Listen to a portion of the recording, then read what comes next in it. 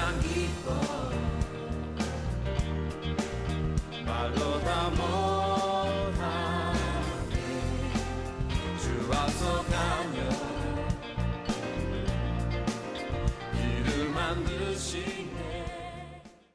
사람이 나이가 들면 들수록 더 긍정적으로 생각하고 더 기쁘게 살아야 됩니다.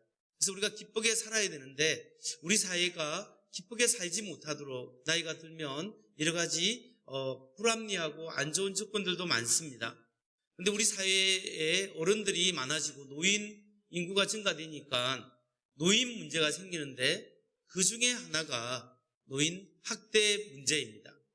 신체적으로, 언어적, 정서적으로, 또 재정적으로 여러 가지 면에서 노인 학대 문제가 해마다 증가하고 있는데요.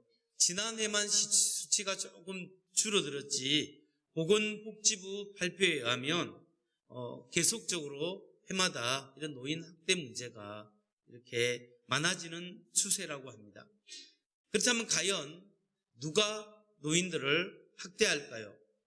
부모를 학대하는 사람들은 주로 많은 부분이 아들들이 이렇게 학대한다. 37.3%라고 이야기하는데요. 우리가 아들을 선호해서 아들을 좀 키워서 이놈 키워 득 좀 보자 했는데 이놈 키워 안 좋은 일이 생길 때도 있습니다. 그럼 학대 유형을 보면 언어적 학대, 정서적 학대가 많고 그 다음에 신체적 학대, 그 다음에 방임하는 학대 이런 식으로 많아진다고 합니다. 이런 유형들을 좀 분석해 보면 먼저 언어로 폭력하고 언어로 좀 안 좋은 말을 하고 그 다음에 음식을 제대로 잘 제공하지 않고 그 다음에 경제적으로 어렵게 하고 신체적 학대로 이어지는 경향성을 볼 수가 있습니다. 이런 것들이 우리 사회의 문제이죠. 이처럼 노인 문제가 확대되면서 부모님을 서로 모시는 것이 부담스러워하기도 하고 부모님 모시는데 그런 경비 문제 때문에 가족 간에 갈등이 일어나기도 합니다. 이런 부모 학대라는 사회적 문제 속에서 오늘 우리는 어버이 주일을 맞이하게 되었습니다. 그래서 저는 오늘 어버이 주일에 하나님께서 우리에게 주신 10계명 중에 제5계명 내 부모를 공경하라 여기에 대해서 말씀을 전하고자 합니다. 내 부모를 공경하라 이 말씀은 출애굽기 20장 12절 10계명 중에 인간을 향한 첫 번째 계명이 바로 5계명입니다. 내 부모를 공경하라 그리하면 내 하나님 여호와가 내게 준 땅에서 내 생명이 길리라 이렇게 말씀하고 있습니다. 오늘 제가 여러분에게 부모를 공경하라 이렇게 설교한다고 하니까 여러분 중에서는 마음속으로 오늘 이 설교는 우리 꼬마 아이가 좀 들어야지 우리 손자나 우리 아이가 들었으면 좋겠다라고 생각하는 분들도 많이 계실 겁니다. 그런데 오늘 하나님께서 우리에게 제5계명으로 내 부모를 공경하라 라고 말씀하실 때 그 첫 번째 대상자가 누구냐면 우리 집에 있는 꼬마 아이가 아니라 첫 번째 대상은 자기 나이 드신 부모님을 두신 성인 어른들에게 우선적으로 이 말씀을 주신 말씀이라고 우리가 이해를 해야 합니다. 그렇기 때문에 하나님께서 우리 인간관계에 있어서 최우선적으로 주신 말씀이 부모 공경입니다. 여러분 근데 여기서 부모 공경, 부모를 공경하라 할 때 이 공경의 단어, 이 뜻을 좀 알아야 됩니다. 오늘 출애굽기 20장 12절에 나오는 부모를 공경하라 할 때 이 공경의 단어 뜻은 히브리어로는 카베드라는 동사입니다. 이 카베드는 다양한 의미로 사용되었고 사용된 범위가 넓은데 근데 그 대표적인 뜻이 뭐냐면 중요성을 둔다, 우선적 관심을 둔다라는 뜻입니다. 그래서 이 뜻에 의해서 오늘 이 부모를 공경하라 이 말은 최고의 자리에 두는 의미에서 존중하고 가장 중요하게 여기라 이런 뜻입니다. 그래서 이 말을 종합해 보면 내 부모를 공경하라 이 뜻은 단순히 부모님 말씀을 잘 들으십시오 이런 뜻이 아니고요. 어떤 뜻이냐면 우리가 하나님과 인간의 관계에 있어서 하나님을 최우선순위에 두고 하나님을 사랑하고 섬기듯이 인간관계에서 있어서는 부모님을 우리의 삶의 최우선적인 자리에 두고 그분을 잘 섬기고 공경하라. 그런 의미로 부모 공경을 말씀하고 있는 겁니다. 그래서 부모님을 우리의 삶의 우선순위에 두고 섬기고 돌본다는 의미에서 부모 공경을 하라는데, 이 부모 공경은 부모님의 연세에 따라서 다르게 적용될 수 있다는 것을 알아야 합니다. 예를 들면 어린아이가 부모 공경하는 것은 부모님의 말씀을 잘 듣고 순종하는 겁니다. 중고등부 학생들까지 부모 공경은 뭐냐? 부모님 말씀을 잘 듣고 그 말에 순종하는 것이 부모 공경입니다. 그러면 이제 머리가 좀 커진 청년들이 되었을 때 부모 공경은 어떤 의미일까요? 청년 됐을 때는 자기 의지가 분명하지 않습니까?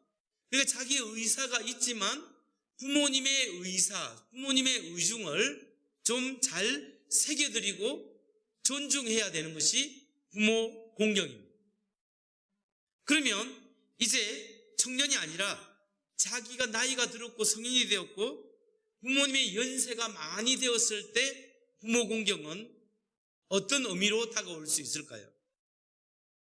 이때 부모 공경은 경제적으로 부모님의 생활을 후원하라라는 말씀으로 여겨질 수 있습니다.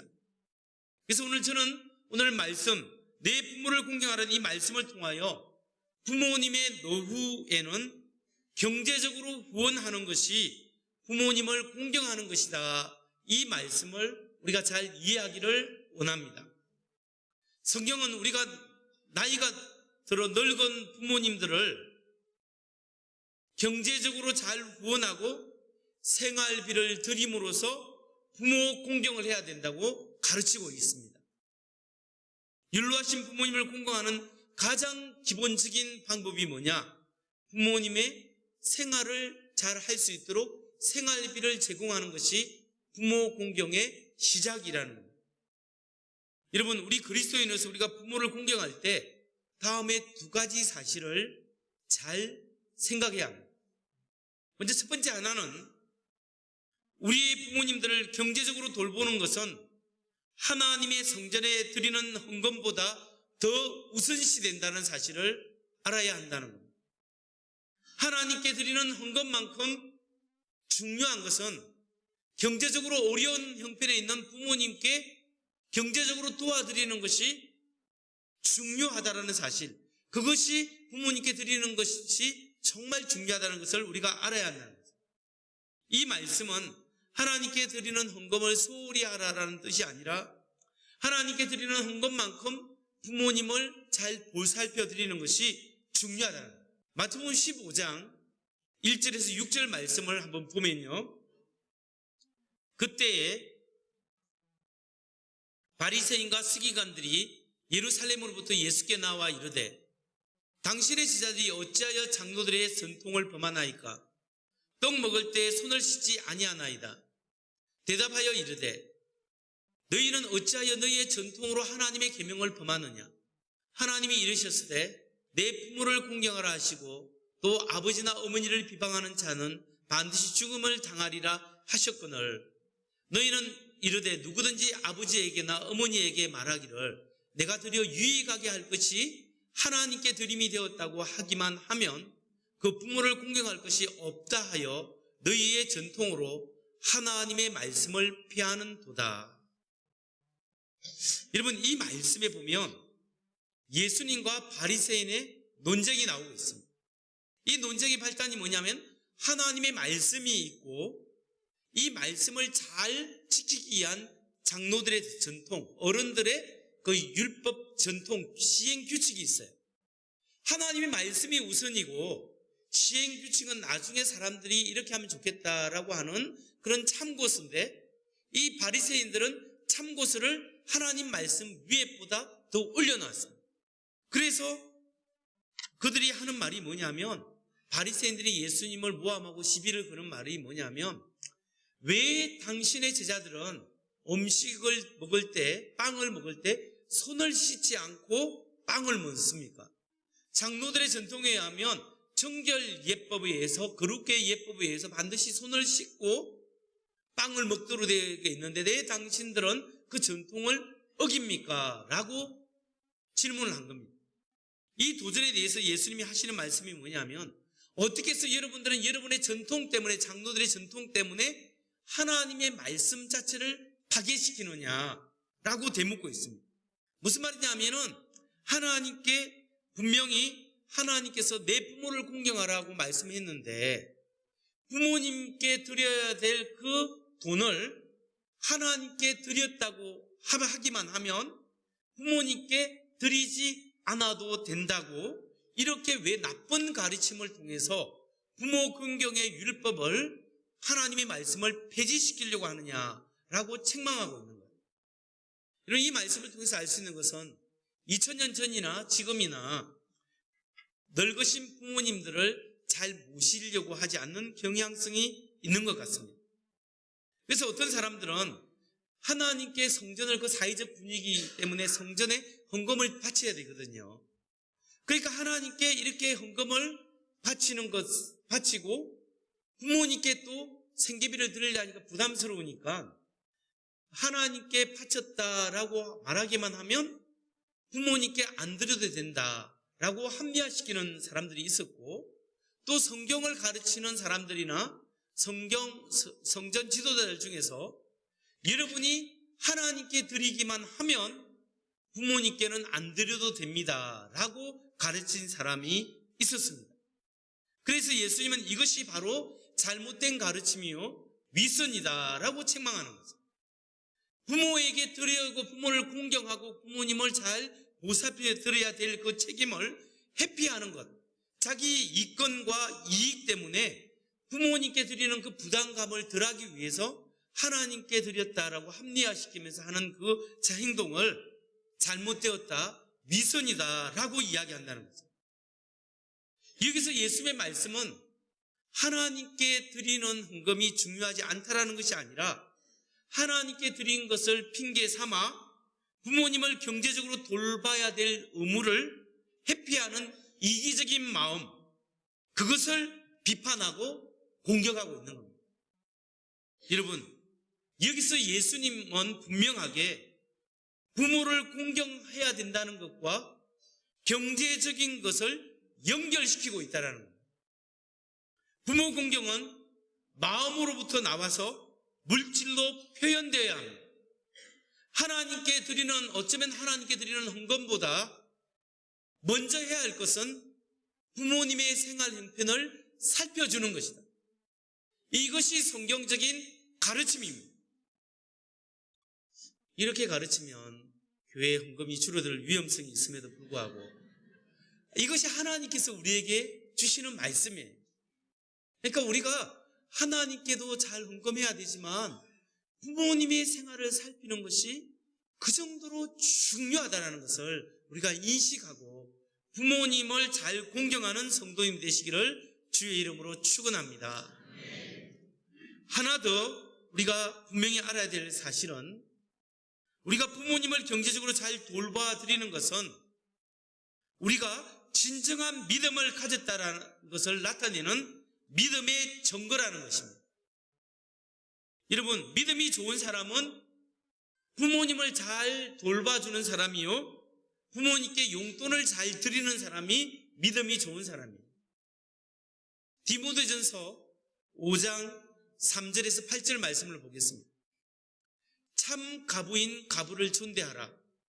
만일 어떤 가부에게 자녀나 손자들이 있거든 그들로 먼저 자기의 집에서 효를 행하여 부모에게 보답하기를 배우게 하라. 이것이 하나님 앞에서 받으실 만한 것이니라. 참 가부로서 외로운 자는 하나님께 소망을 두어 주야로 항상 간구와 기도를 하거니와 향락을 좋아하는 자는 살았으나 죽었느니라. 같이 한번 읽겠습니다. 시작. 내가 또한 이것을 명하여 그들로 책망받을 것이 없게 하라. 누구든지 자기 친족, 특히 자기 가족을 돌보지 아니하면 믿음을 배반한 자요 불신자보다 더 악한 자니라. 아멘. 여기에 보면 사도 바울은 참 가부와 그냥 남편을 잃은 자식 있는 미망인을 구분합니다. 참 과부가 어떤 사람이냐면요, 남편이 돌아가셨는데 자식이 없어요. 그렇기 때문에 이 사람을 혼자이기 때문에 아무도 돌볼 사람이 없어요. 이런 경우는 어떻게 해야 되냐면은 교회가 그 사람을 돌보고 주위 사람이 돌봐줘야 한다, 이렇게 말씀하시는 거예요. 그런데 남편이 돌아가셨는데 이 미망인이 자녀가 있어요. 자녀가 있으면 그 자녀들은 반드시 이 어머니나 아버지를 위해서 생계를 돌봐줘야 한다는 거죠. 그렇게 생계를 돌봐주는 것이 믿음을 실천하는 것이고 부모의 은혜에 보답하는 것이고 하나님을 기쁘시게 하는 것이라는 거예요. 특히 오늘 디모데후서 5장 8절 말씀을 한번 보십시오. 누구든지 자기 친족, 특히 자기 가족을 돌보지 아니하면 믿음을 배반한 자요 불신자보다 더 악한 자니라. 여기서 분명히 말씀하고 있는 것은 믿음이 있다고 하면서 부모님을 돌보지 않고 친족을 돌보지 않는 사람은 아주 악한 사람이다, 이렇게 이야기하는 거죠. 그러니까 부모님을 잘 모시고 부모님이 경제적으로 불편하지 않도록 잘 도와주고 이렇게 하는 사람은 믿음이 좋은 사람이에요. 그게 그리스도인의 삶의 하나의 방식이라는 거예요. 그렇다면 여러분, 부모 공경을 할 수 있는 구체적인 방법은 무엇이겠습니까? 이제 우리는 부모 공경을 하는 제5계명을 지키는 구체적인 방법을 알아야 되는데 세 가지 간단한 방법을 우리가 생각해야 합니다. 첫 번째 방법, 부모 공경할 첫 번째 방법은 우리 마음에 결심을 해야 합니다.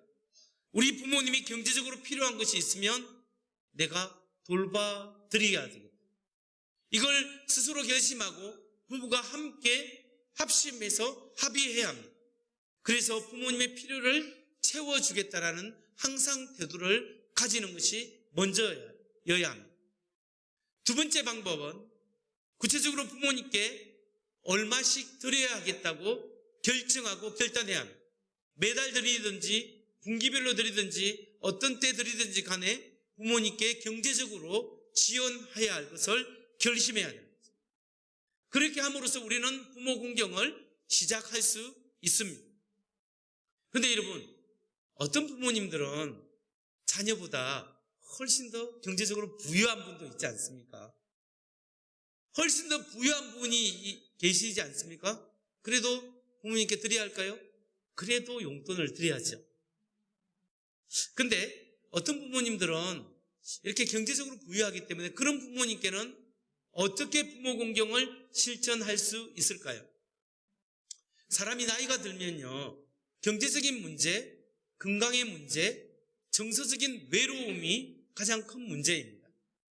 그렇기 때문에 부모님의 건강과 경제가 좀 괜찮은 부분이 있다면 세 번째 부모님을 공경하는 방법은 외로움이라는 정서적인 문제를 잘 보살펴 드려야 한다는 겁니다. 내게 돈은 많이 없지만 그래도 부모님께 자주 안부 전화하고 자주 연락하고 한 번씩 찾아뵈오면서 부모님의 정서적인 문제를 살펴드리는 것이 필요합니다. 저는 어버이날을 맞이할 때마다 이 자리에 설교하고 있는 저도 마음이 불편할 때가 많습니다. 왜냐하면 제 아버님은 제 어릴 때 일찍 돌아가셨고요. 어머님이 5남매를 키운다고 고생을 많이 하셨거든요. 그래서 저희 형님이 열심히 사업을 해서 첫째니까 사업을 하다가 좀 이제 잘 될 때 은혜를 받고 신학교를 들어가 버렸습니다. 그래서 목사가 돼서 시골에 내려가서 섬에 내려가서 목회를 하니까 어머니께 늘 기도거리가지 경제적으로 어머니께는 도움은 별로 안 됩니다. 둘째 아들은 저도 하나님의 은혜를 받고 신학대학을 들어갔습니다. 목회자의 길을 가니까 대학만 나올 뿐이 아니라 대학원도 나와야 되기 때문에 아주 오래 걸리니까 어머니한테 도움이 되지 않습니다. 누님들은 시집가서 타지로 다 갔습니다. 간간히 오고 그리고 어머니께 잘하지만 그래도 실질적으로 옆에서 돌보지 못하는 거죠. 제 막내 동생, 남동생만 다른 지역에 살지만 좀 근처의 도시이기 때문에 그래도 사업도 하고 잘해서 우리 어머니께 경제적으로 생활비도 되고 막내가 제일 잘하는 겁니다. 저는 대학원을 졸업하면서 아르바이트도 하고 전도사 생활하면서 일정한 금액을 어머니께 보내드렸습니다. 근데 제가 유학을 갔잖아요. 1년 뒤에 유학을 떠났지 않습니까? 유학 가서 어머니한테 뭐 도움은 받지는 않았지만 제가 해결은 했지만 그래도 항상 어머니에 대한 생활에 대한 그 마음의 불편함이 있었습니다. 그래서 제가 어버이날이나 추석들이나 설날이나 아니면 때때로 이렇게 정기적 또는 비정기적으로 100불씩 또는 50불씩 어머니께 붙여 보냈습니다. 미국에서 100불을 보내면요, 보내려고 은행에 가면 10만 원을 보낸다. 100불 10만 원이라면 이 보내려면 수수료가 얼마인 줄 아십니까? 12불, 12,000원이에요. 10만 원 보내는데 은행에서 12,000원을 떼요. 그래서 제가 이게 너무 불합리하고 억울하다 싶어서 매니저를 불렀습니다. 아니 내가 100불을 보내는데 왜 12불을 떼냐, 좀 싸게 해달라. 그러니까 그 매니저가 자기 직권으로 7불에 해주겠다. 7,000원. 그래서 그렇게 보냈습니다.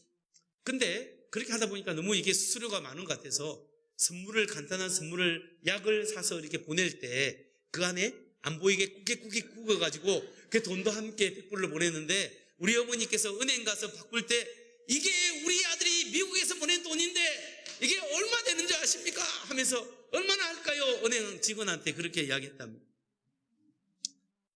근데 제가 결혼하니까 좋은 게 뭐냐면 제 아내가 세일할 때 사탕이나 초콜릿, 껌 같은 거 그런 것도 많이 있잖아요. 그걸 듬뿍 사가지고 한 박스씩 이렇게 보내는 겁니다. 이 보내면 자주 보내는데 보내면 뭐가 좋냐면 저희 어머니께서 동네 할머니들 다 모아놓고 이게 우리 아들이 미국에서 보내온 껌인데 이게 사탕인데 한번 맛 좀 볼래요? 하면 줄을 쫙 서서 한 2-3개씩 받는 거예요. 우리 어머니 파워가 생기는 거죠.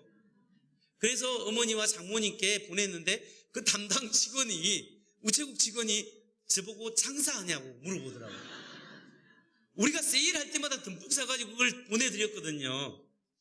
그리고 제가 잘한 것은 경제적으로는 도움이 안 됐죠. 그렇지만 제가 고등학교 졸업하고 대학 갈 때부터 어머니 돌아가실 때까지 미국 유학생활 때 꼭꼭 일주일에 한 번씩 전화는 드렸어요. 전화드리고 안부를 묻고 막 그러니까 사실 동생이 어머니께 생활비 다 되고 제일 꾸준 일은 다 했거든요. 그러니까 제 막내가 제일 칭찬을 받아야 되는데 전화 자주 하는 저한테 맨날 고맙다고 하는 거예요. 그래서 제 동생은 억울하는 거죠. 무슨 일이 있거나 돈이 있으면 자기 동생이 다 되고 한 번은 전화하니까 우리 어머니가 막 그 속상해서 이야기하는 거야. 아니 내가 약을 샀는데 건강식품을 샀는데 막내가 자꾸 나한테 뭐라 한다. 그래서 제가 한마디로 너무 잘하셨어요 어머니. 제 돈 안 들었잖아요. 그러니까 너무 잘하셨다고 막 괜찮다고 그런 거 사셔 드셔야 된다고. 근데 다음번에 살 때는 동생한테 한 번 사도 되겠나 물어나 보십시오. 이제 이렇게 이야기해 줬죠. 그런데 그 어머니 말씀을 자꾸 들어주니까 어머니는 저를 좋아하는 거죠. 돈은 동생이 다 내는데. 제가 지금 뭘 이야기하냐 하면 부모님이 연세가 들었을 때 정서적으로 말씀을 들어주고 어머님의 마음, 아버님의 마음을 살펴주는 것이 필요하다라는 이야기예요. 여러분, 다음 이야기는 실제 이야기인데 어느 한 아주머니가 남편과 함께 외국으로 이민을 갔어요. 이민을 가서 살다가 남편이 죽었어요. 아들 둘과 함께 이 어머니가 이 여인이 살고 있었습니다. 아들이 장성하여 그 외국에서 결혼을 다 시켰어요. 첫째, 둘째 다 결혼을 시켰어요. 그런데 이 첫째, 둘째 아들이 외국에서 생활하다 죽었어요. 며느리 둘만 남았어요. 그래서 이 어머니가 너무 이 상황이 안 좋아서 차라리 자기 나라로 돌아가자, 고향으로 돌아가서 돌아왔어요. 근데 한 외국 며느리니까 한 명은 그냥 안 따라오고 다른 한 명만 이 시어머니 따라 고향으로 온 거예요. 어머니 나라 와서 이 어머니를 잘 보살펴주는 거예요. 그게 소문이 나서 다른 어떤 사람이 이 여인을 자기 아내로 맞이해서 잘 살았습니다. 그 여인이 누구죠? 룻이잖아요. 이 룻이 아들을 낳았는데 그 아들의 이름이 오벳이에요. 오벳이 누구를 낳냐면 이새를 낳고 이새가 다윗을 낳았어요. 다윗이 이스라엘의 왕이 되었잖아요. 이 다윗의 후손을 통하여 예수 그리스도가 나왔잖아요. 그 성경이 뭘 이야기하냐면 하나님의 섭리를 이야기하고 있지만 이 속에서 우리에게 간접적으로 알려주는 것은 한 여인이 시어머니를 잘 보살피고 공경하고 살아가니까 다윗을 낳을 수 있도록 하나님이 함께 해주셨고, 그를 통하여 예수 그리스도의 구원의 역사에 크게 쓰이는 자자손손 대대로 복을 받게 되는 놀라운 은혜를 한 여인의 교회를 통하여 이루어졌다는 것을 성경이 이야기하고 있는 거예요. 여러분, 부모 공경, 우리 그리스도인들이 정말 힘들지만 잘 실천하고 하기 위해서 노력해야 되는 겁니다.